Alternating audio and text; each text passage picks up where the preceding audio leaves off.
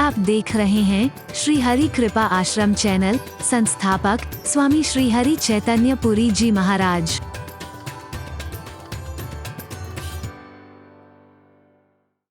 चाहते हैं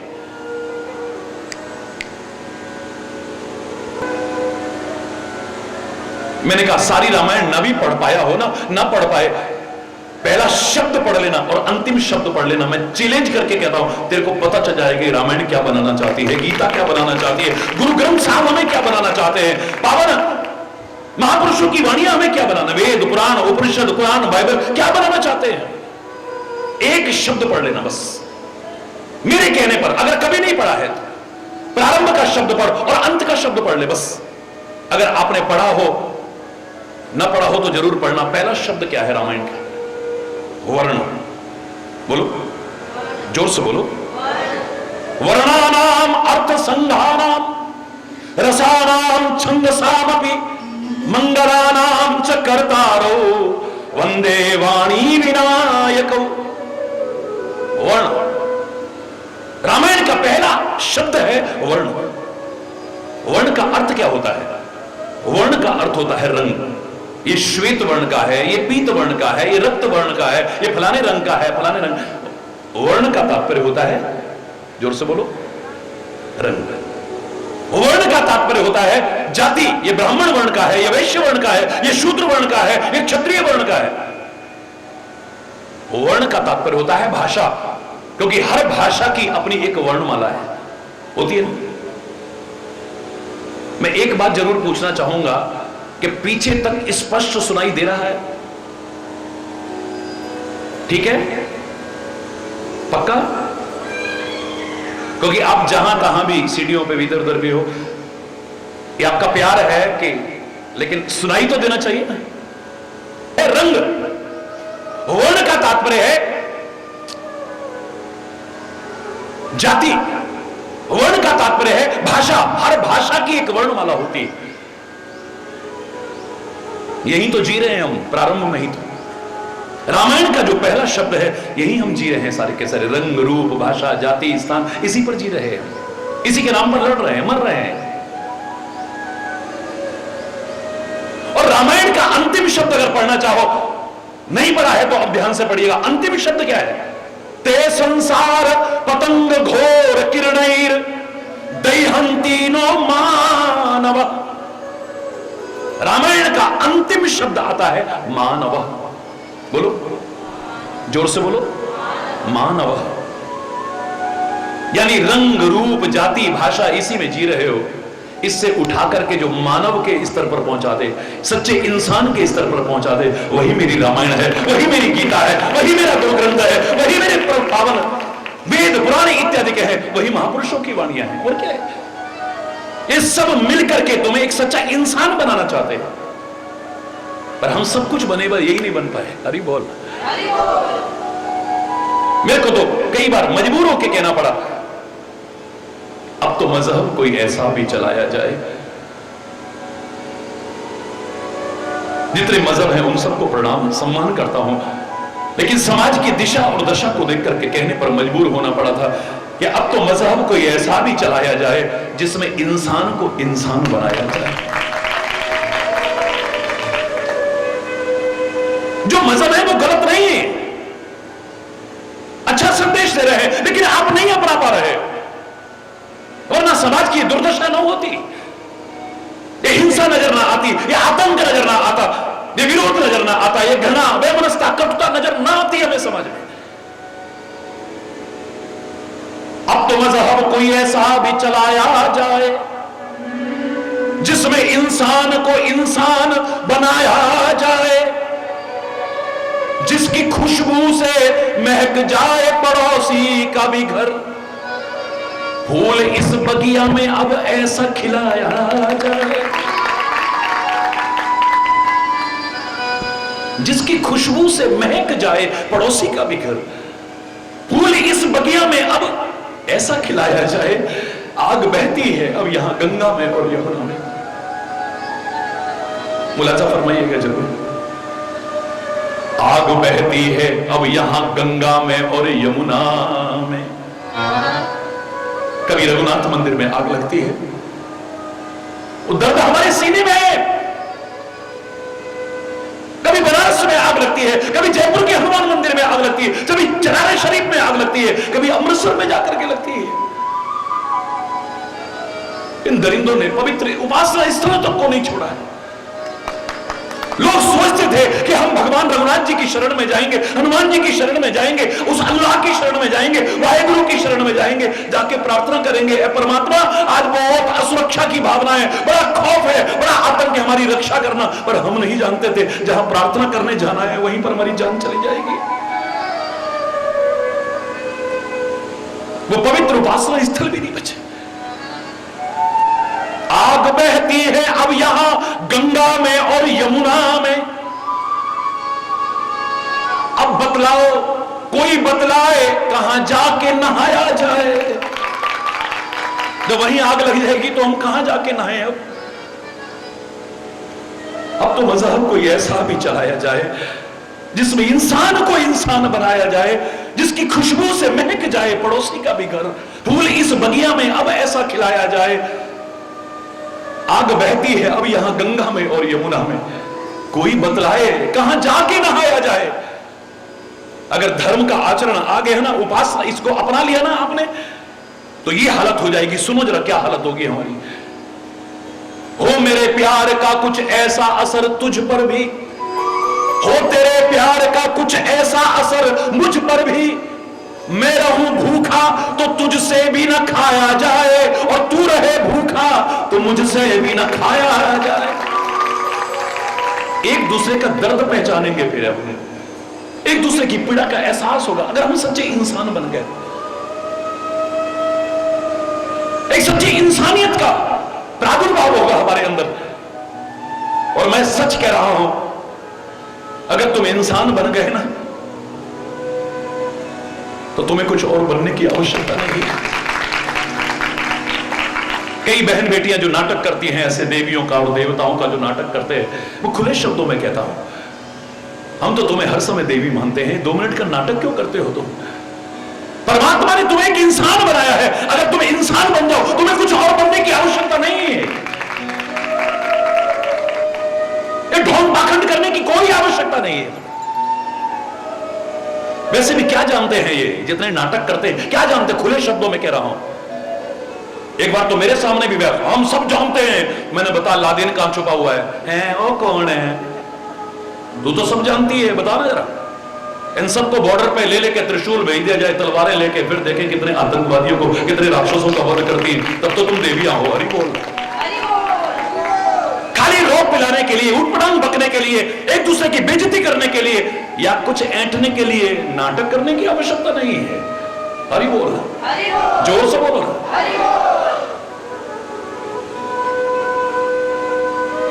मेरे धर्म में ढोंग को कहीं जगह नहीं, पाखंड को कोई जगह नहीं है, क्योंकि धर्म का हम वास्तविक मर्म नहीं समझ पा रहे, इसलिए सारा गड़बड़ हो रहा है।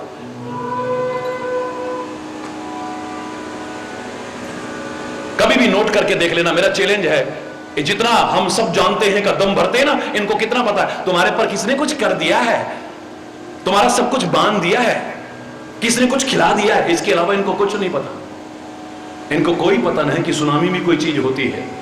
वरना मीडिया का जमाना है, मीडिया से कहते हैं हमें फांसी पर लटका देना अगर हमारी बात सच ना हो। देखो आज सुनामी आने वाले है, समुद्र के किनारे कोई ना जाए, लाखों लोगों की जिंदगियां बच जाती हैं। गली गली में, मोहल्ले मोहल्ले में कुकुर मुत्तों की तरह उगे पड़े हैं। बताओ ना जरा, किसी ने कहा आज फलानी ट्रेन में मत जाना, एक्सीडेंट हो जाएगा? ना ना ना, हम कह रहे हैं हमें फांसी पर लटका देना अगर हमारी बात झूठ हो तो। आज भूकंप आने वाला है, गुजरात का देखे, उत्तराखंड का देखे, वहां का देखे, वहां का देखे, और अभी जो हमारे डोडा में, किश्तवाड़ में जो दर्द आया है, पीड़ा आया है, लोग बाहर खुले आसमान के नीचे अभी तक रहने को मजबूर हैं। अभी तक उनका ठीक से पुनर्वास हम लोग नहीं कर पाए हैं। मैंने कोई अलग से फंड नहीं बनाया है, तुम्हारे दिए में से ही, प्रभु के दिए में से ही जो शक्ति सामर्थ्य से होता है, सेवा करता रहा था, कर रहा हूं और आगे भी करूंगा। लेकिन मैं आपका आह्वान कर रहा हूं, मैं नहीं कह रहा कि मेरे फंड में जमा करना, अपने अपने स्तर से जो भी हो सके अपने उन भाई बहनों की मदद करने की जरूर कोशिश कर, खुला आह्वान कर रहा हूं। मेरे पास पास कोई फंड नहीं है, ऐसा कोई मैंने ट्रस्ट नहीं बना रखा कि लोगों से बटोरूं में और फिर जाकर के अपना नाम करूं, नहीं, मुझे आवश्यकता नहीं है। लेकिन मानवता के नाते अपने भाई बहनों के दर्द को समझते हुए, एक अपनापन देते हुए, क्योंकि अपनापन बहुत बड़ी चीज है, याद रखना, अपनापन बहुत बड़ी चीज है। मैं तो एक शब्द में अगर कह दूं कि हर दर्द की वजह है, हर दर्द की दवा है अपनापन, तो गलत बात नहीं है। हर दर्द की दवा है, लेकिन अपनों के द्वारा दिए दर्द की दुनिया में कोई दवा नहीं है। अपनापन हर दर्द की दवा है, लेकिन अपनों के द्वारा दिए हुए दर्द की, जोर से बोलो, कोई दवाई नहीं। जब अपने बन करके दर्द देते हैं, अपने बन करके जड़ें काटते हैं, अपने बन करके ऐसा करते हैं, तब इससे बड़ी दर्द और हमारे लिए कोई नहीं हो सकता। स्वामी विवेकानंद का सम्मान हुआ अमेरिका में, स्वामी विवेकानंद ने जय जयकार करवा दिया भारत की जगह। स्वामी विवेकानंद को पहले कौन जानता था? मैं तो उसका प्रशंसक हूं। कोई जानता था? इतिहास पढ़ के देखिए, स्वामी विवेकानंद को इनविटेशन भी नहीं मिला था, जैसे तैसे जुगाड़ करके अमेरिका पहुंचे थे। वहां जाकर के बहुत प्रयास करके भी 2 मिनट बोलने को समय नहीं मिला था। स्वामी विवेकानंद की 150वीं जयंती है। इस अवसर पर उनको प्रणाम करते हुए एक भारत की संस्कृति का महान राज जरूर आपको बताने की कोशिश करूंगा। लाख प्रयास करके 2 मिनट का समय नहीं मिला। पूरा भारतवर्ष धन्यवाद देता है उस महिला को जिसने स्वामी विवेकानंद की योग्यता को पहचाना। और लोग तो भगवे वेशधारी को पहली बार वहां देखा था, लोग मजाक उड़ाते हैं, what A gentleman, what A gentleman, what A gentleman. उसने देखा उस आदमी का आत्मविश्वास, सेल्फ कॉन्फिडेंस से लबालब भरा हुआ, दमकता हुआ चेहरा, कोई हीन भावना नहीं है। बड़े आराम से जवाब देता है, तुम्हारे यहां जेंटलमैन टोपी, टाई, सूट बूट पहन करके बनते हैं, लेकिन मेरे भारत में जो सचमुच जेंटल हैं उन्हें जेंटलमैन कहते हैं। तुम्हारे यहां जेंटलमैन किसको कहते हैं? मैं तो साहब बन गया, सूट मेरा देखो, हैट मेरा देखो। अरे बोल रहा, मेरा उद्देश्य गाना सुनाना नहीं है। जेंटलमैन बन गया, काहे से बन गया? सूट मेरा देखो, हैट मेरा देखो, टाई मेरी देखो, जूते मेरे देखो, इनसे बनता है वहां जेंटलमैन। लेकिन हमारे यहां सचमुच जेंटलमैन होता है। वो कहती है, वाह व्हाट ए रिप्लाई, गजब। जूरी की सदस्य थी, उसने जाकर के चर्चा की, एक ऐसा नवयुवक आया हुआ है,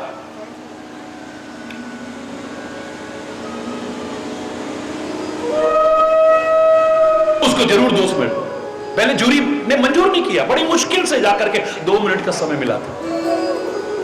स्वामी विवेकानंद को कोई जानता नहीं था, स्वामी विवेकानंद का अभी तक ज्ञान किसी ने नहीं सुना, उसकी योग्यता को भी नहीं परखा है। अभी वो जो सम्मान पहली बार हुआ, वो पहला सम्मान काहे का था? स्वामी विवेकानंद का नहीं। स्वामी विवेकानंद ने एक पंक्ति बोली थी, my dear brothers and sisters of America. सारा हॉल तालियों से गड़गड़ा उठा। My dear brothers and sisters of America, America के मेरे प्यारे भाई बहनों। आगे तो बोलना ही नहीं दिया। तो विवेकानंद का ज्ञान किसने सुना जो उसका सम्मान हो रहा था? उसकी योग्यता को भी कहां परखा है? लोगों के मन में आया कि यहां रह करके हम अपनत्व के रिश्ते नहीं रखते। एक दूर देश का आया हुआ व्यक्ति हमसे कह रहा है, my dear brothers and sisters of America. जहां इतना अपनापन होगा, उस देश का चिंतन क्या होगा? इसको तो सुनना चाहिए, जरूर सुनना चाहिए। ये अपनेपन के रिश्तों की कदर थी। स्वामी विवेकानंद ने खुद लिखा कि वहां वो अपनापन नहीं है जो हमारे भारतवर्ष में है। एक व्यक्ति शक्ल भी नहीं देखता है, लोग रिश्ते तय कराते हैं और सारी जिंदगी उसके साथ निभा देते हैं। वाह! आज तो जो देख भी रहे हैं, घूम भी रहे हैं, परख भी रहे हैं, उसके बाद तलाक हो रहे हैं। लेकिन भारतवर्ष का कल्चर क्या था? पंडित जी रिश्ता तय कराते थे, जो बाल बनाते थे वो नाई भाई रिश्ता तय कराते थे। रिश्तेदारों ने तय कर दिया, ना लड़की देखी ना लड़का देखा, कुछ नहीं देखा, रिश्ता तय हो गया और सारी जिंदगी निभाते थे साथ। ये कौन सी मैरिज एनिवर्सरी है? बोले 50वीं, ये 60वीं, ये 70वीं। हरी बोल रहा। अब 5वीं 6वीं भी हो जाए तो बहुत है। हरी बोल रहा, जोर से बोल रहा है। क्षमा चाहते हो कहूंगा, भारत में जो वेस्टर्न कल्चर प्रवेश कर रहा है। स्वामी विवेकानंद कहता है वहां अपनापन नहीं देखा मैंने। मैं एक दिन शाम के समय घूमने जा रहा था, रास्ते में एक कब्रगाह पड़ी, कब्रिस्तान पड़ा रास्ते में। मैंने क्या देखा, एक ताजा कब्र के ऊपर एक महिला, गोरी महिला पंखा कर रही है। मेरे मन में आया कि मैं कहता था हमारे हिंदुस्तान में ही पतिव्रता नारियां होती हैं। मेरे मन में बड़ी श्रद्धा जगी। स्वामी विवेकानंद ने लिखा है। मैं कब्रिस्तान के अंदर गया, उसको देखता रहा दूर से, फिर पास में जाकर के मैंने कहा, क्योंकि पतिव्रता नारी की तो महिमा इतनी है कि ब्रह्मा विष्णु महेश भी उसके आगे बोने बन जाते हैं, इतिहास साक्षी, वो भी छोटे नजर आते हैं उसके आगे।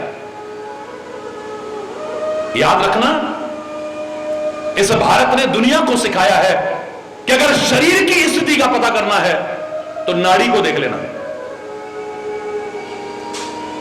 शरीर की स्थिति देखनी है क्या है तो नाड़ी देख लेना, और राष्ट्र की स्थिति क्या है देखना है तो नाड़ी को देख लेना।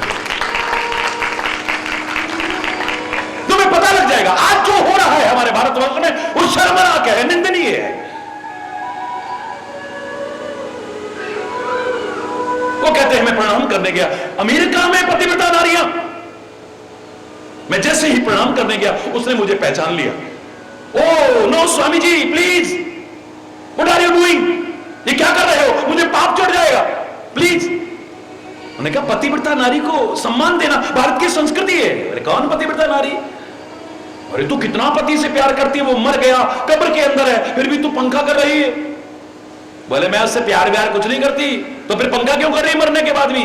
बोले हमारी जाति में नियम है कि जब तक पहली कब्र की मिट्टी ना सूख जाए तब तक दूसरी शादी नहीं कर सकते, मैं तो इसलिए कर रही हूं। स्वामी विवेकानंद को लगा कि मैं आसमान से जमीन पे गिर गया। साथ ही गर्व का अनुभव हुआ, इकलौता मेरा भारत है जहां प्यार के रिश्ते हैं, अपने मन के रिश्ते हैं। है प्रीति जहां की रीति सदा, मैं गीत वहां के गाता हूं, भारत का रहने वाला हूं, भारत की बात सुनाता हूं।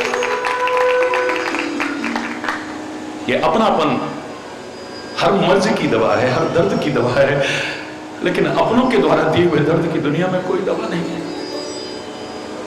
ये धर्म हमें अपनत्व के रिश्ते, हमारी सनातन संस्कृति हमें अपनत्व के रिश्ते सिखाती है।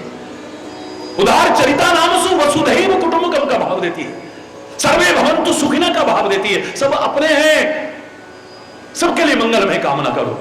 अरे मंगल पर जीवन है नहीं, छोड़ो काहे को चक्करों में पड़ रहे हो, ये तुम्हारा काम नहीं है।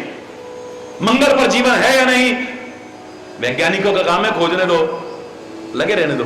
हरि बोल, तो विचारों का सनक है। हमारा तो इतिहास सदियों से कहता रहा है कि हर ग्रह पर जीवन है, और एक ग्रह नहीं, ऐसे पता नहीं कितने अपार ग्रह हैं, कितने हमारे चांद हैं, कितने हमारे सूर्य हैं, कितने हमारे मंगल हैं। हमारी भारतीय संस्कृति ये अब कह रहे हैं, हमारे पहले कहा हुआ है। हरि बोल, मंगल पर जीवन है या नहीं है खोजने दो उन्हें, तुम काहे के चक्करों में पड़ रहे हो। अपने जीवन को मंगलमय बनाने की कोशिश करो। मजा तब है कि ऐसी जिंदगी हो कि जंगल में भी बैठो लोग क्या उठे, वाह जंगल में भी मंगल कर दिया है, यहां मंगल करो वहां मंगल होगा ना। हरि बोल ना, कब तक खोजेंगे, कब तक बसेंगे, कब हम जाएंगे। पुराने लोग कहावत कहते थे ना, कब मरेगी सासू कब आएंगे आंसू। हरि बोल ना, जोर से बोलो। पता नहीं कब होना है, ना 9 मन तेल होगा, ना राधा नाचेगी, काहे को चक्करों में पड़ना। मजा तब है तुम यहां मंगल बनाओ, मंगल में जीवन बनाओ, मंगल में प्रेरणाएं दो, मंगल में शुभ कामनाएं करो सबके लिए, और मंगल भवन अमंगल हारी का स्मरण करो ना, जिंदगी को आनंदमय बनाओ ना। मजा तब है। हरि बोल, जोर से बोलो ना।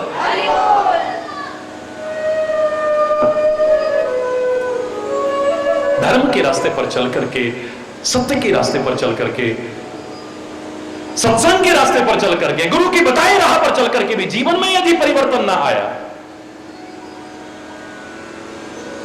तो फिर ये सब अधूरा है। कुछ लाभ है, विशेष लाभ नहीं है। विशेष लाभ नहीं, कुछ लाभ है।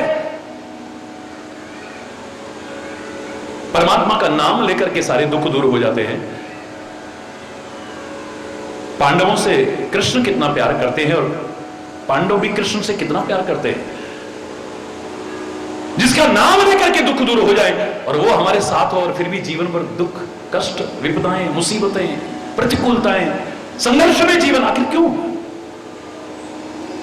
परमात्मा का साथ मिल जाए, चाहे उसकी कृपा से या अपने किसी पुण्य के कारण, इसका अर्थ नहीं कि चाहे जैसा जीवन जियो, चाहे जैसा खान पान रखो, चाहे जैसी संगति रखो, चाहे जैसी सोच रखो, बिल्कुल नहीं। किसने छूट दी है आपको? किसने छूट दी है? अगर आप संत की शरण में हैं, गुरु की शरण में हैं, धर्म का अनुसरण कर रहे हैं, परमात्मा के भक्त हैं, अब तो आपका जीवन अलग नजर आना चाहिए, सोच अलग नजर आनी चाहिए, संगति अलग नजर आनी चाहिए, खान पान अलग नजर आना चाहिए। प्रश्न उठता है कि जिसका नाम लेकर के दुख, उसके साथ रहकर के दुखी रहे। इतने कष्ट, इतनी विपदाएं, इतनी मुसीबतें, भगवान का साथ मिल गया, चाहे उनकी कृपा के कारण या अपने कोई पुण्यों के कारण। इसका अर्थ ये तो नहीं कि जुआ खेलते रहो। अरे बोल, पांडवों ने जुआ, जोर से बोलो, पांडवों ने जुआ खेला। इसका अर्थ छूट तो नहीं मिल गई कि अपनी औरत तक को दांव पर लगा दो। भारत ने तो कहा है, यत्र नारस्तु पूजते रमन्ते तत्र देवता। जहां वर्ष में 2 बार नवरात्रि में कन्याओं की पूजन, विभिन्न मांगलिक अवसरों पर कन्याओं का पूजन, कोई भी धार्मिक अनुष्ठान जिसके बिना अधूरा माना जाता है, आज कन्या भ्रूण हत्या जैसा निंदनीय और जघन्य अपराध शर्मनाक है। ना धर्म हमें सिखाता है, ना मानवता के नाते उचित है, ना सामाजिक व्यवस्था के नाते घटता हुआ लिंग अनुपात भविष्य के लिए चिंता का विषय है। भगवान का साथ मिल गया, इसका तात्पर्य नहीं कि जुआ खेलते रहो। भगवान का साथ मिल गया, इसका अर्थ यह तो नहीं कि अपनी औरत तक को भी दांव पर लगा दो। भगवान का साथ मिल गया, इसका तात्पर्य यह तो नहीं कि किसी पर तीरों के समान चुभने वाले वचन छोड़ो। धोखा खा करके दुर्योधन गिर रहा है, द्रौपदी के तीरों के समान चुभने वाले वचन निकालते। अंधे की अंधी औलाद रही ना, सारी जड़ यहां से पैदा हो गई। आज तूने भरे दरबार में मेरे को बेइज्जत किया है। अरे ओ द्रौपदी, मेरा नाम भी दुर्योधन नहीं, अगर एक दिन भरे दरबार में तेरी बेइज्जती करके न दिखाया। एक तीरों के समान चुभने वाला वचन, कितने तीर चले उसके पीछे, खून की नदियां बह गई, कितने अनाथ हो गए, कितनी गोदियां उजड़ गई, कितनी मांगें सुनी हो गई। किसने छूट दे दी है? धर्म का आचरण आते ही, धर्म का अनुसरण करते ही, संत गुरु की शरण पाते ही, परमात्मा की भक्ति के मार्ग पर चलते ही तो जीवन में अंतर नजर आना चाहिए। ना सोच बदली, ना खान पान बदला, ना जवान बदली, ना संगति बदली, तो फिर हरि बोल, जोर से बोला था। मैंने कल आपसे कहा कि अगर अयोध्या वासियों का प्यार था तो कि जिन प्रेम की तिन ही प्रभु पायो, बिना प्रेम के वो मिल ही नहीं सकता है। राम ही केवल प्रेम प्यार, औरों को ये भी प्रिय है, वो भी प्रिय है, वो भी प्रिय हो सकता है, लेकिन उसे तो खाली प्रेम प्रिय है, कुछ और प्रिय नहीं है। जान ले जो जान नहीं हारा, वहां तो खाली प्रेम की कदर है।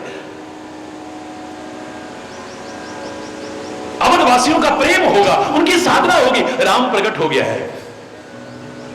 अरे अगर तुम्हारा प्यार हो, वो अयोध्या में प्रकट क्या, तुम्हारे उनके दशरथ के घर में तो क्या, तुम्हारे घट में प्रकट हो जाएगा। तुम्हारे घट में आ जाएगा, उसके घर में तो क्या। लेकिन आ गया तो इसका मतलब नहीं, चाहे जो सोच रखे अयोध्यावासी आज, मैंने कल भी आपको इशारा किया, अब मंत्रा में लालच आ गया है। भरत राजा बन गया, पता नहीं क्या मिल जाएगा मुझे। कैकेयी के अंदर क्रोध आ गया है, कोप भवन में, यानी क्रोध भवन में बैठी हुई, वहां गुस्सा ही गुस्सा है। एक तरफ लालच ही लालच आ गया है, और दशरथ में जहां राम ही राम था, आज काम नजर आ रहा है। ओ सुमुखी, हे चंद्रवदनी, हे पिकवचनी, हे गजगामिनी,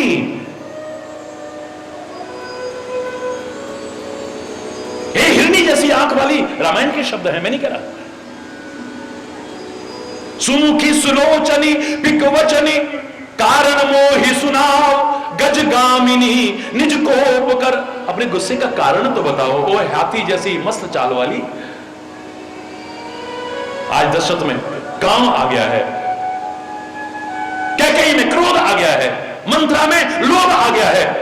जब विकृतियां आई, कमियां आई, बुराइयां आई, जहां राम आया था, 14 वर्ष का वनवास तो बहाना बना, आया हुआ राम भी चला गया है। फिर काम नहीं बचा है, तब राम आया है वापस, क्योंकि जहां काम तहां राम नहीं।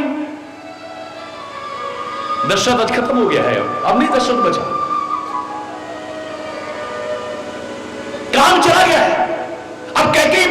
नहीं है, गिलानी है, पश्चाताप, शर्मिंदगी है। आज ये मुझसे क्यों हुआ, ये मुझसे क्यों हुआ, ये मुझसे क्यों हुआ है। प्रायश्चित कर रही है, प्रायश्चित कर रही है। और गलती का सबसे बड़ा प्रायश्चित क्या हो सकता है बताओ? शरीर को दंड देना, भूखे प्यासे रहना, व्रत करना, दान पुण्य करना। तुम्हारी निगाह में ये भी प्रायश्चित होंगे, प्रणाम आपको। लेकिन हरि चैतन्य की निगाह में गलती का सबसे बड़ा प्रायश्चित है कि गलती का रिपीटेशन ना हो, पुनरावृत्ति ना हो। Learn from past, think for future, but live in present.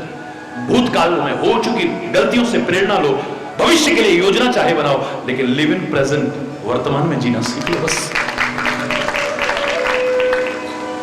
जीव गलती का पुतला है जो अक्सर हो ही जाती है।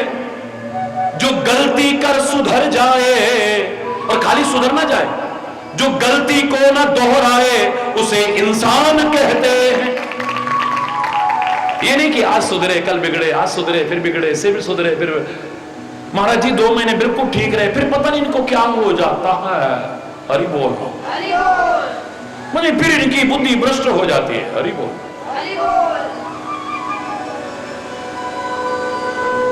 जो गलती को ना दोहराए उसे इंसान कहते हैं।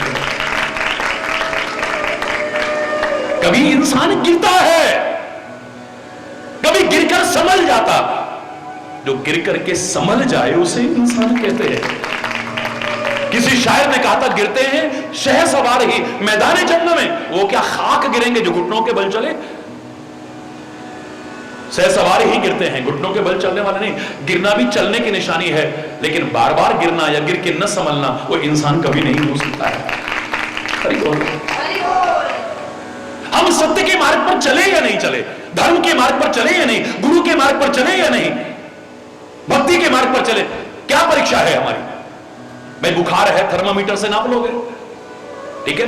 कागज या कपड़ा वगैरह है, मीटर से नाप लोगे। तो दूध या तेल वगैरह है, उसे लीटर से नाप लोगे। हर चीज के लिए मापदंड है। लेकिन तुम सच्चाई के मार्ग पर चले नहीं, धर्म के मार्ग पर चले या नहीं, भक्ति के मार्ग पर, गुरु के मार्ग पर चले या नहीं, क्या मापदंड है आपका, क्या पैमाना है आपका? एक ही पैमाना है बस, सत शब्द जुड़ जाए आपके जीवन में, तुम खाली फिर पुरुष न रहो, सत्पुरुष बन जाओ। तुम खाली संगति न करो, फिर अब अपने आप बोलो क्या है, सत्संगति करने लग जाओ। खाली वचन न बोलो, अब सद्वचन बोलने लग जाओ। खाली व्यवहार ना हो, सद्व्यवहार हो जाए। खाली कर्म ना हो, चाहे जो कर्म ना हो, सत्कर्म होने लग जाए। यही तुम्हारे जीवन का मापदंड है, यही पैमाना है तुम्हारे जीवन को नापने का। किसी को कोई अधिकार नहीं है कि तुम्हारे जीवन पर उंगलियां उठाए। यहां तो जिसके गिरेबान में झांको वही कुछ ना, कमियां कहां नहीं है। ना मुझे अधिकार है, ना किसी को अधिकार है आपके जीवन पर उंगली उठाने का नहीं। लेकिन वास्तविकता से परिचय करा रहा हूं, अपने आप खुद झांक करके देखना कि लोग हमें क्या समझते हैं, हमारा मन में क्या, लेकिन हम हैं क्या, कहां जी रहे हैं। किडे ही अचंबेता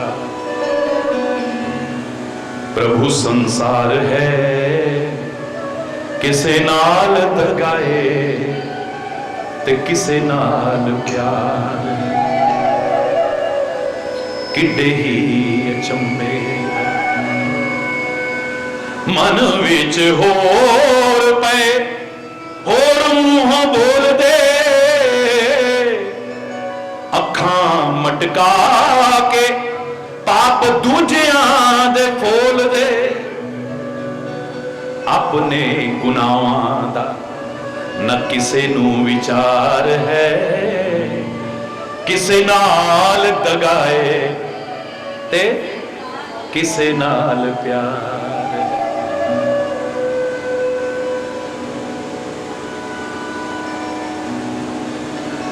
किसे दे गुनाहां वल मैं नजर दुड़ावा क्यों, आप जे ना समझा दूजे नू समझावा क्यों। मेरा मन ता ए आप गुनाहगार है, किसे नाल दगाए ते किसे नाल। रब भी है खुश ओदे मन विच बस के, दास गरीबा नाल बोले जेड़ा हस के, हरी चरना दे नाल लगी जी दी तार है, किसे नाल दगाए किसे नाल प्यार, किडे ही अचंभे दूजियां नू वेख लखां गल्लां ने बनाउंदे, अपने गुनाहां उत्ते पर्दे पे पाउंदे, सच पुछो तां ए हर एक नू मार है, किसे नाल दगाए ते किसे नाल प्यार। हरि बोल। I don't have any right किसी की तरफ उंगली उठाने का, और वैसे भी नेचर ने सिखाया है जब किसी की तरफ उंगली उठाते हो तो 3 उंगली प्लस 1 अंगूठा तुम्हारी तरफ आता है। कमियां देखनी है तो अपनी देखे ने, दूर देखकर जिंदगी समझ जाएगी। हरि बोल। धर्म को जीवन में अपना करके, सत्य को जीवन में अपना करके सुख न मिले, ऐसा कैसे हो सकता है? हनुमान जी ने आकर के कहा परमात्मा श्री राम से, रामायण में सुंदरकांड में कभी पढ़ के देखिए। हनुमान जी की आंखों में आंसू है, रोंगटे खड़े, प्रभु सीता बहुत दुखी है, जल्दी चलो, बेग ही चलिए प्रभु, आनी है भुजबल खल दल जीत। ऐ मेरे परमात्मा श्री राम जल्दी चलो, सीता बहुत दुखी है राक्षसों के चंगुल में, आप जल्दी से उसे बचा के लाओ। निमिष निमिष करुणा निधि जाहि कल्प सम बीत, पलक झपकने का समय भी एक एक कल्प के समान बीत रहा है। श्री राम कहते हैं हनुमान, वचन काय मन मम गति जाहि, सपने हूं बोझी विपत्ति की ताही। जो मन से, वचन से, कर्म से धर्म का आश्रय लेता है, मेरा आश्रय लेता है। राम भी क्या है? रामो विग्रहवान धर्म। राम साक्षात धर्म है। धर्म में और परमात्मा में कोई अंतर नहीं। परमात्मा श्री राम कहते हैं कि जो धर्म की शरण लेता है, मेरी शरण मन वचन और कर्म से लेता है, प्रत्यक्ष तो क्या सपने में भी विपत्ति नहीं आ सकती है।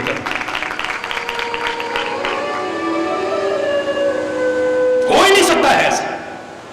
अभी तक न पढ़ा हो तो अब सुंदरकांड जरूर पढ़िएगा मेरे कहने पर। अगली चौपाई हनुमान की वाणी बदल गई एकदम से।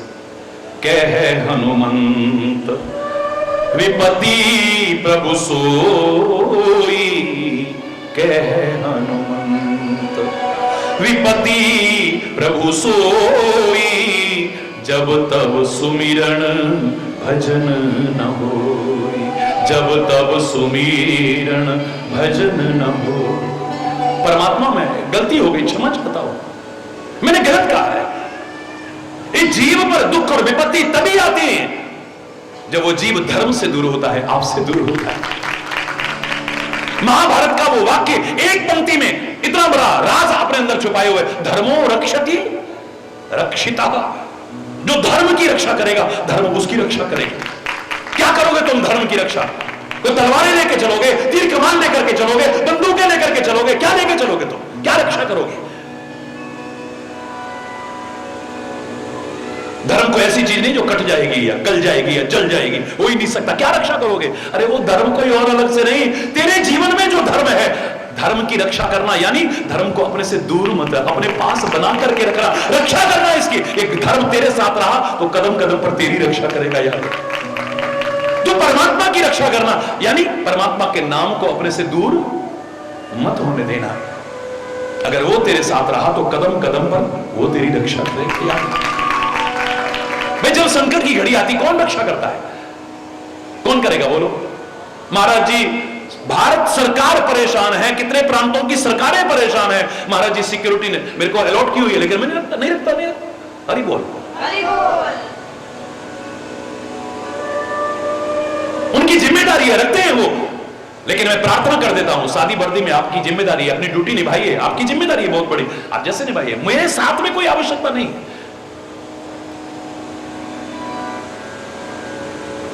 जिस दिन आनी होगी ना, मैं नहीं, इस शरीर की, मेरी नहीं, क्योंकि जन्म की मृत्यु है, मेरी नहीं। नैनम छिन्दन्ति शस्त्राणि नैनम दहति पावकम्। जिस दिन आएगी ना, तब कोई सिक्योरिटी कम नहीं आएगी, और जब तक है किसी की हिम्मत नहीं जो भल भक्का भी कर दे। उसने जितना मुझसे काम लेना है वो लेगा, अब चाहे वो जीवन का यही आखिरी क्षण हो। स्वागत है, हरि बोल। जो डर गया वो तो वैसे भी मर गया। जब चरम पर था यहां, मुझे बड़ा आश्चर्य होता था कि अब सारे संत कहां दुबक गए, क्या गुफाओं में चले गए, हिमालय में चले गए। तब मैं देखता था पंजाब में, जम्मू कश्मीर में कहीं सत्संग ही नहीं हो रहा, लेकिन आपका लाठी वाला भैया तब भी आता था, आज भी आता है, आगे भी आता है।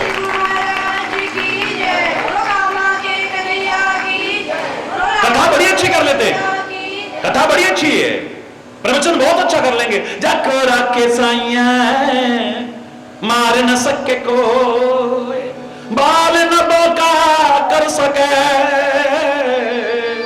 जो जग वैरी हो। बड़ा प्यारा प्रवचन, बड़ी प्यारी कथा, लोग तालियों बजा रहे, वाह महाराज वाह, जाओ। भगवान पर भरोसा रखना, वो कदम कदम पर तुम्हारी रक्षा करेगा। पर बाबा जी को खुद भरोसा नहीं, बिना बॉडीगार्ड के चल नहीं सकते 2 कदम। तेरे को क्या भरोसा दिलाएगा? ये कथनी और करनी के अंदर नहीं तो हमारे उपदेशों को मजाक का पात्र बना के रख दिया है। बिना सिक्योरिटी के चल नहीं सकते, बिना ब्लड प्रूफ गाड़ियों के चल नहीं सकते। ये भी एक स्टेटस सिंबल, संत कहे जानो मन, ये भी स्टेटस सिंबल हो गया। हरि बोल, हरि बोल, हरि बोल, हरि बोल। तो दोनों हाथ उठा के बोलो तो हरि बोल। अरे जब ऐसे ही भगवान न करे कभी ऐसी घड़ी आए, तब रक्षा कोई और नहीं करेगा, एक वही तो रक्षा करेगा।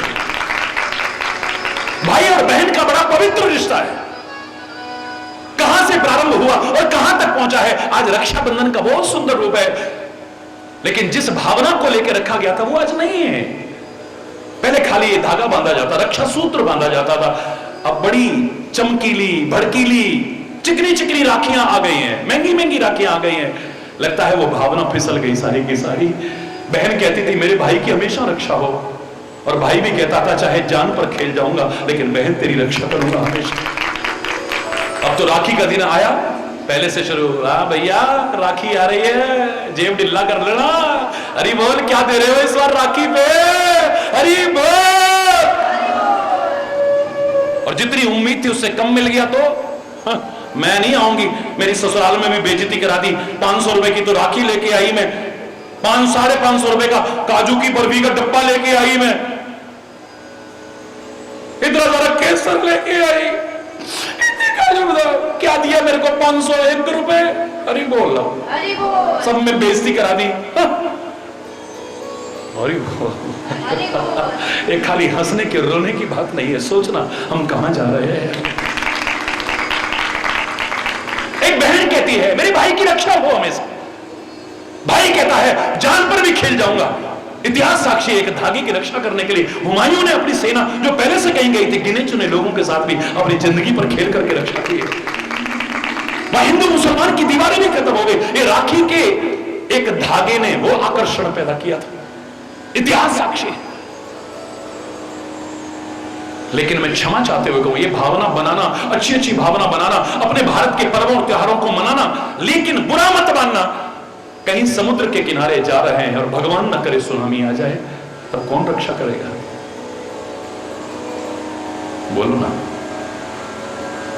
नेटवर्क भी फेल हो गया, फोन भी नहीं मिल रहा है, और फोन मिल भी जाए तो कोई फ्लाइट नहीं है वहां आने की, और आ भी जाए तो उसमें इतना समय ले, तब तक तो एक छलांग में सब पार कर देगा। अरे उस समय बचाएगा तो वही बचाएगा। भगवान ना करे कभी संकट की घड़ी आ जाए, कौन रक्षा करेगा तुम्हारी? लाख दम है, हम है ना, हम है ना, कोई काम नहीं आएगा टाइम पे। बुरा लगे तो मैं माफी चाहूंगा, लेकिन कहूंगा जरूर, कोई काम नहीं आने वाला है। उस समय अगर काम आएगा तो या तो मेरे कोई सत्कार्य काम आएंगे, या वो मेरे काम आएगा, कोई और काम नहीं आने वाला। तो ना भाई याद आता है, ना बहन याद आती है, ना मम्मी याद आती है, ना पापा याद आते हैं, ना फलाने पति याद आते हैं, ना पत्नी याद आती है, ना बच्चे याद है, कोई याद नहीं आता है। परमात्मा मुझे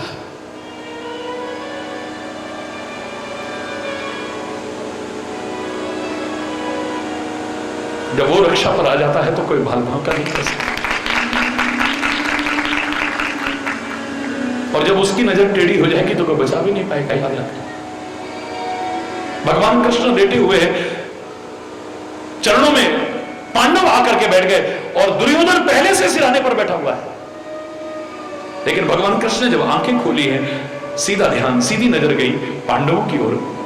अरे धर्मराज युधिष्ठिर कब आए? हे कुंती पुत्र कब आए तुम? अर्जुन नकुल सहदेव कब आए तुम? पीछे से आवाज आता है, अच्छा हम पहले के बैठे, हमसे नहीं पूछ रहे हो कौन है? अब मेरी नजरों पर ध्यान रखना, वैसे आपका ध्यान यही है। इतने अर्थ किए मैंने इस छोटी सी घटना के, महत्वपूर्ण घटना के, लेकिन एक अर्थ यह भी मैंने किया था, सीधी दृष्टि पड़ी है पांडवों की ओर, और जब उसकी सीधी नजर होती है दुनिया में कोई बाल बांका नहीं कर सकता। कौन है? पीछे मुड़ के देखा, नजर बोलो ना टेढ़ी हो गई, और जब उसकी नजर टेढ़ी हो जाती है तो कोई बचाने वाला भी नहीं।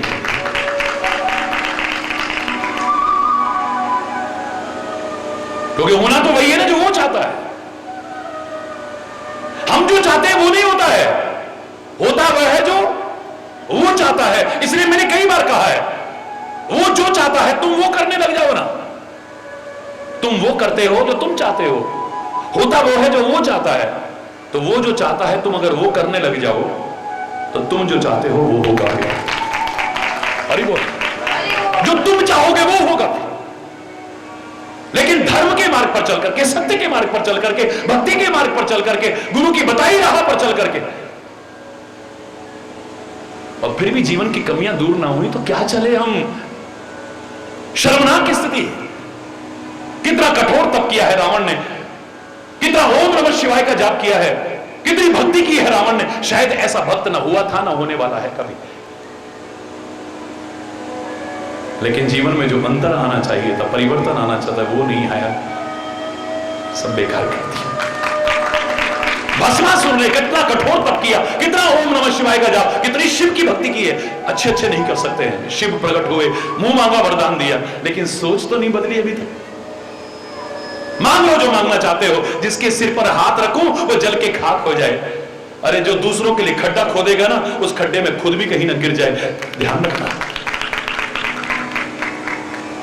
अगर दिल किसी का दुखाया ना होता, जमाने ने तुझको सताया ना होता।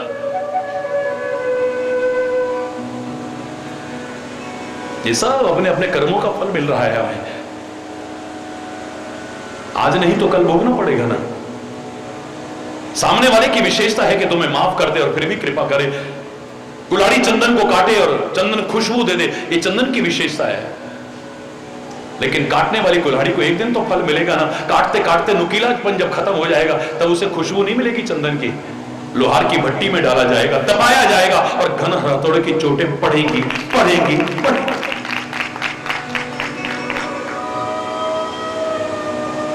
अगर दिल किसी का दुखाया ना होता, किसी ने कहा, जमाने ने तुझको सताया ना होता, ना आते तेरी आंख में आज आंसू, किसी हंसते को घर, जोर से बोलो भाई आपको पता है, किसी हंसते को घर,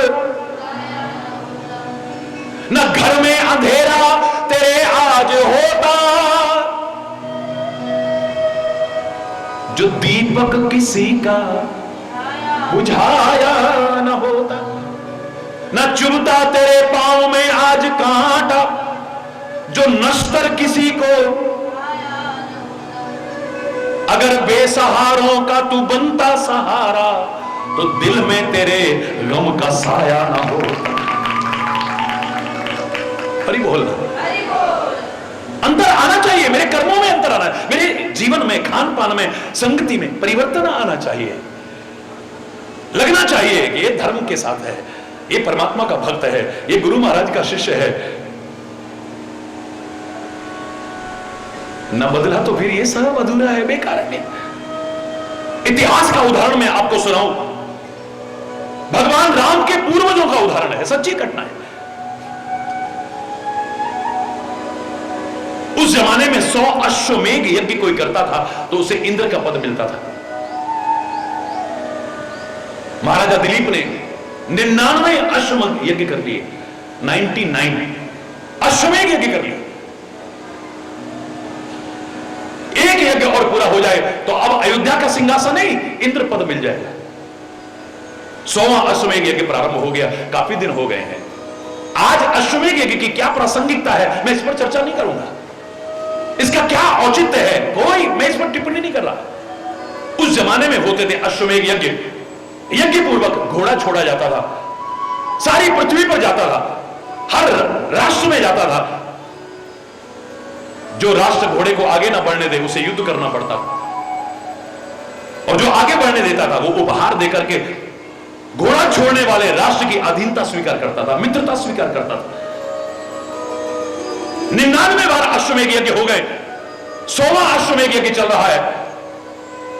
तो घोड़े के साथ चलने वाले जो सैनिक थे उनमें लापरवाही आ गई, क्योंकि आदमी को जब सफलता मिलती जाती है, मिलती जाती है, मिलती जाती है, तो लापरवाही होने का डर बना रहता है। कितना याद रखें, एक बच्चा हमेशा अच्छे नंबर लाता है, अब डर इस बात का कहीं लापरवाह न ले, तब भी मेरे 90% आए, तब मेरे 95% आए, तब मेरे 99% आए, अब मेरे लिए क्या है, उसको फेल होते देखा है मैंने।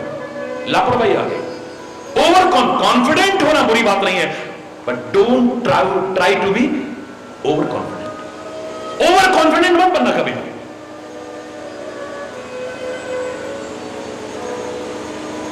लापरवाही आ जाती है, लापरवाही आ गई, और उस लापरवाही के बीच में एक दुर्घटना हो गई।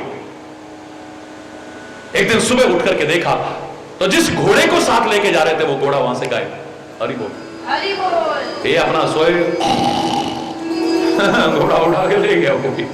अब हवा खराब, कहां गया घोड़ा? यहां देखा, वहां देखा, जहां तहां देखा, लेकिन घोड़ा नहीं मिल रहा है। हरि बोल, हरि बोल। घोड़ा कहां चला गया? सारा देखा, घोड़ा नहीं मिला। बड़े परेशान, जब कहीं पर कहीं पैर के निशान भी नहीं दिख रहे, कोई लेकर के जहां से जाएगा, कोई बड़ा दिमाग खराब, अब क्या होगा? सारे डरने लगे। बड़ी मुश्किल से डरते डरते कुछ दूत अयोध्या के लिए भेजे। अयोध्या में यज्ञ चला, स्वाहा स्वाहा स्वाहा, और उसी में आवाज आई, महाराज की जय हो, महाराज की जय हो। घबराए हुए, जय हो, क्या हुआ? यज्ञ रोका गया, पूछा गया क्या बात है? महाराज हमारा अपराध क्षमा करें, महाराज हमें मृत्युदंड मत दीजिएगा, महाराज हमसे गलती हो गई, लापरवाही हो गई, यज्ञ का घोड़ा गायब हो गया है। सारे परेशान, घोड़ा गया कहां? उसको खोजा, बोले हाँ महाराज, सीआईडी वाले भी सारा घूमा है पर घोड़ा नहीं मिला। अरे बोल, सीआईडी उस समय भी होती थी, सुरक्षा व्यवस्था और खुफिया तंत्र तब भी होता था। फर्क इतना है कि अब खुफिया तंत्र का उपयोग क्या है और उस समय क्या है, मैं इस पर अभी टिप्पणी नहीं करूंगा। हरि बोल, हरि बोल।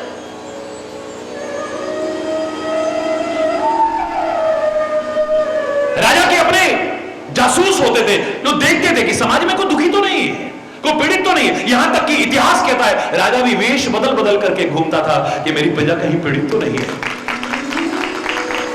समाज में कहीं विद्रोह ना हो जाए, कहीं सत्ता पलट ना जाए।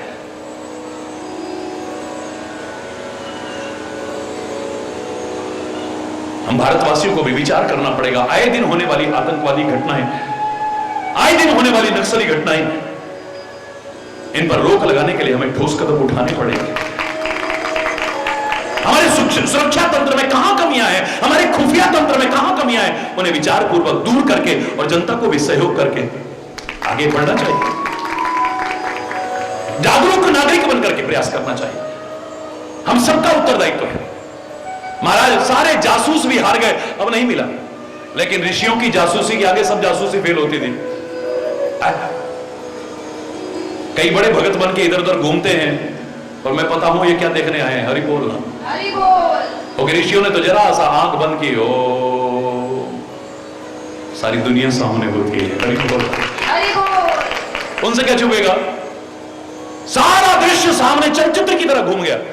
ऋषि कहने लगे महाराज चिंता मत करो, घोड़ा मिल गया आपका। है सारे जासूस फेल हो गए, सारा कुछ हो गया, सारे प्रयास बेकार हो गए, कहां मिल गया? बोले महाराज आपका घोड़ा तो इंद्रलोक में है। अरे बोल, इंद्रलोक में? बोले हाँ महाराज, इसलिए तो उसके खोज और चिन्ह नजर नहीं आ रहे, कहीं पर भी निशान नजर नहीं आ रहे, क्योंकि इंद्र आकर के उसे चुरा के ले गया है। अयोध्या सम्राट कहता है यज्ञ बंद कर दिया जाए। क्या कह रहे हो महाराज, यज्ञ बंद कर दिया जाए? भले यज्ञ बंद किया जाए महाराज, 99 अश्वमेध यज्ञ हो गए, 100वां अश्वमेध यज्ञ पूर्ण होने की ओर है, आपको इंद्र का पद मिलने वाला है और आप कह रहे हैं यज्ञ बंद कर दो। बोले नहीं चाहिए मुझे इंद्र का पद। क्यों महाराज? इंद्र के पद से बड़ा पद और कौन सा हो सकता है? बोले इस ऊंचे पद को पाकर के, इंद्र जैसे पद को पाकर के, अगर चोरी जैसी छोटी मोटी घटनाएं भी अगर गलतियां भी दूर ना हुई तो धिक्कार है ऐसे पद को भी। इतना बड़ा पद पाकर के, इतना बड़ा वो पाकर के, इतने ऊंचे पहुंच करके, फिर भी अगर ये छोटी छोटी कमियां भी दूर ना हुई तो नहीं चाहिए मुझे इंद्र का पद। सत्य के मार्ग पर चल, धर्म के मार्ग पर, अध्यात्म के मार्ग पर चल करके, गुरु की राह पर चल करके, भक्ति की राह पर, अगर इन पर चल करके छोटी मोटी गलतियां और कमियां भी दूर ना हुई, बेकार है सारा का सारा। हरि बोल। हमें तो सौभाग्य से परम सौभाग्य की ओर बढ़ना था, लेकिन ये तो सौभाग्य से दुर्भाग्य की ओर बढ़ गए हम। कैकेयी का कितना बड़ा सौभाग्य, कैकेयी नरेश की पुत्री, महाराजा दशरथ जैसे की पत्नी, कितना बड़ा सौभाग्य, भरत जैसे की मां, कितना बड़ा सौभाग्य, राम की मां कहलाने का कितना बड़ा सौभाग्य, लेकिन मंत्रा की संगति करके गलत कर लिया, सब सौभाग्य खत्म और सुहाग भी खत्म, सब खत्म कर लिया है। हरि बोल, हरि बोल। भगवान के साथ रह करके भी अगर कमियां, भगवान का साथ है लेकिन द्रौपदी की सोच नहीं बदली, अभी उसका फल भोगना पड़ा है। पांडवों की सोच और कर्म नहीं बदले, अभी तक जुआ खेल रहे हैं, औरत को दांव पर लगा रहे हैं, गिरते हुए आदमी को देख करके अंधे की अंधी औलाद कह रहे हैं। क्या चले फिर तुम धर्म के मार्ग पर? क्या चले सत्य के मार्ग पर? क्या चले गुरु की बताई राह पर? एक व्यवस्था बनाने के लिए दो लोगों ने कह दिया, प्रधान जी, कैशियर जी, फलाने जी, वो तो सोच रहा मैं हो गया, अब कौन गुरु महाराज, कौन सत्संग, कौन सत्संगी, वाह, तो जानता नहीं। महाराज जी के कक्ष में अगर कोई 2 मिनट के लिए महाराज जी अंदर गए, सेवादार ने भी अगर रोकना, तुम जानते नहीं हम प्रधान है, ओ प्रधान, हरि बोलना। हरि बोल। इस दरबार पर आकर के तो दुनिया का राजा भी चरणों में लंबा लेट जाता है। तेरे को बनाया किसने? सोच नहीं बदली, कर्म नहीं बदले, स्वभाव नहीं बदला, वाणी नहीं बदली, खान पान नहीं बदला, संगतियां नहीं बदली, क्या बदला फिर तुमने? क्या पाया? भगवान का साथ करते करते द्रौपदी के जीवन में अंतर आ गया एक दिन, इसलिए इतिहास उनको याद करता है आज। एक वो समय था कि अभी तक गलतियां कर रहे हैं, लेकिन इंसान वो है जो गलती करके सुधर जाए और गलती को न दोहराए, फिर गलतियों पर गलतियां, गलतियों पर गलतियां, गलतियों पर गलतियां करता जाए। इतिहास उठा के देखिए महाभारत का, एक दिन ऐसा भी आया, द्रौपदी के 5 पुत्रों की नृशंस हत्या की गई, टुकड़े टुकड़े कर दिए गए। जानते हैं उस महाभारत की युद्ध भूमि में आज द्रौपदी के 5 बच्चों की टुकड़े टुकड़े कर करके नृशंस हत्या की गई। जैसे वो पाक इतनी नापाक हरकतें कर रहा है, एक पड़ोसी के नाते हाथ जोड़ करके समझाने की कोशिश करूंगा, वरना तो मेरे भारतवासी इतने भी हैं, वो लाल, वो सपूत हैं कि आंखें और आंतें निकालने की हिम्मत भी रखते हैं। एक पड़ोसी के दर्द को पहचाने। हमारे सैनिकों तक के साथ कितना शर्मनाक व्यवहार किया है, टुकड़े किए, उनकी गर्दनें तक काटी है, टुकड़े टुकड़े कर दिए गए, हाहाकार मच गया, चीत्कार मच गया। एक मां के दिल पर क्या बीती होगी जिसकी आंखों के सामने 5 बच्चों के टुकड़े टुकड़े पड़े हो, गिनती नहीं कर सकते इतने टुकड़े पड़े हुए हैं, जोड़ेंगे भी तो पहचान नहीं सकते इतने टुकड़े गए हैं।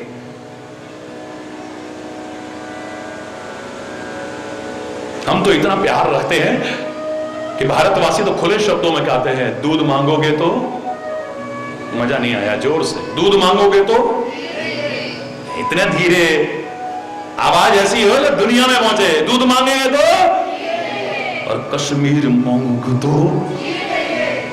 भारत माता की, भारत माता की, भारत माता की।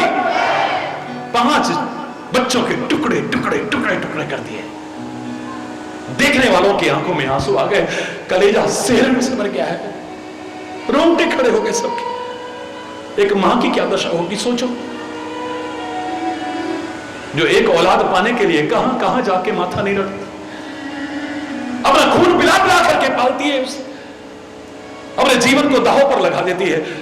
मैं तो कहता हूं भारत में नारी को इतना सम्मान क्यों मिला है, क्योंकि यहां सारा जीवन रिस्क उठाती है। अभी गर्भ में आई, पता नहीं पैदा होने देंगे कि नहीं, कन्या भ्रूण हत्या ना कर देंगे, थोड़ी बड़ी होगी पता नहीं जीवन सुरक्षित रहेगा कि नहीं रहेगा, और थोड़ी बड़ी हुई ये दरिंदे और भेड़िए ऐसे हो गए। मैं तो कहूंगा साइको है वो लोग। 4 साल की बच्ची, 6 साल की बच्ची, 7 साल, इतनी शर्मनाक घटना है, शर्म के बारे सिर नीचा हो जाता है। कितना गिर चुका है आज। उसके बाद में फिर शादी के लायक होती है, पता नहीं कैसी ससुराल मिलेगी, पता नहीं कैसे लोग मिलेंगे, पता नहीं कैसे पति मिलेंगे, पता नहीं कैसे सास ससुर, पता नहीं कैसे जेठ जेठानी मिलेंगे। मेरी बच्ची सुखी तो रहेगी ना? सारी जिंदगी रिस्क ही रिस्क है, बोलो। उसके बाद जब औलाद पैदा होने लगी, जीवन और मौत के बीच झूलती हुई पैदा करती है बच्चे को। कितनी माताएं बच्चों को पैदा करते करते मर जाती है। सारा जीवन रिस्क के अलावा इसने कुछ नहीं उठाया।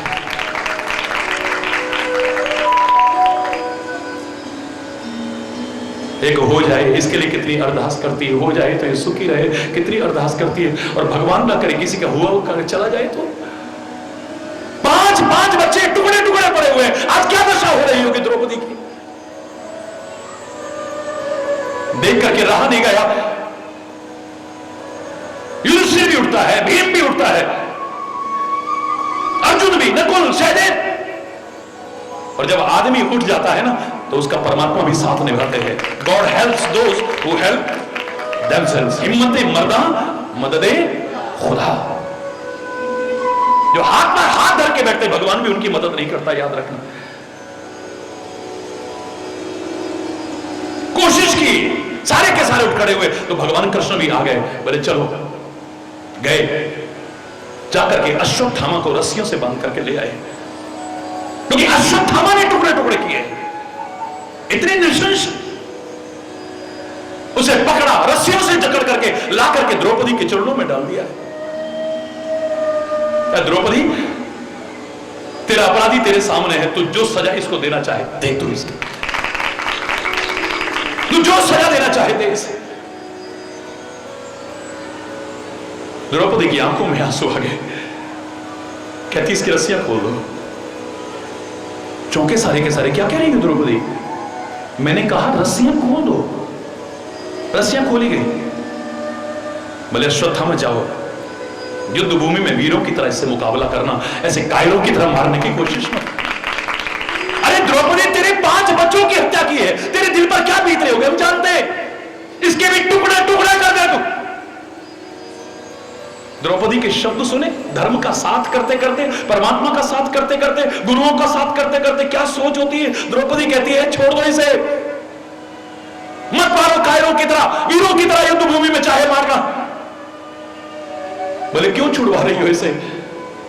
बोले मैं मां हूं ना, मैं जानती हूं कि उसके बच्चों के साथ अगर ऐसा किया जाए तो क्या बीतती है।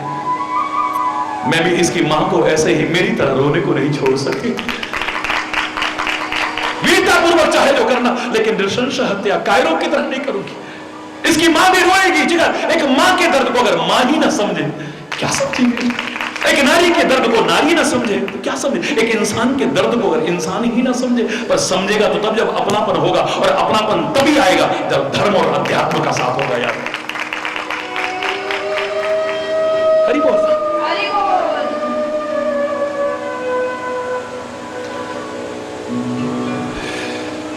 क्या है धर्म? जो धारण किया जाए वो धर्म, ये अधूरी परिभाषा है। जो धारण करने योग्य है वो धर्म, यहां भी अभी पूर्णता नजर नहीं आ रही है। क्योंकि धर्म तो बड़ा व्यापक है, बड़ा उदार है, बहुत महान है, कोई छोटी चीज नहीं है धर्म। मेरे से किसी व्यक्ति ने पूछा सबसे बड़ा धर्म क्या है? हरि बोल। हरि बोल। दोनों हाथ उठा के बोलो ना। हरि बोल। सबसे बड़ा धर्म क्या है? बोलो, बताएगा कोई? सबसे बड़ा धर्म क्या है? रामायण को पढ़ें तो उसमें एक नहीं पता नहीं कितनी बार अपनी बात को बदला है। मैं नहीं कह रहा, रामायण कह रही है।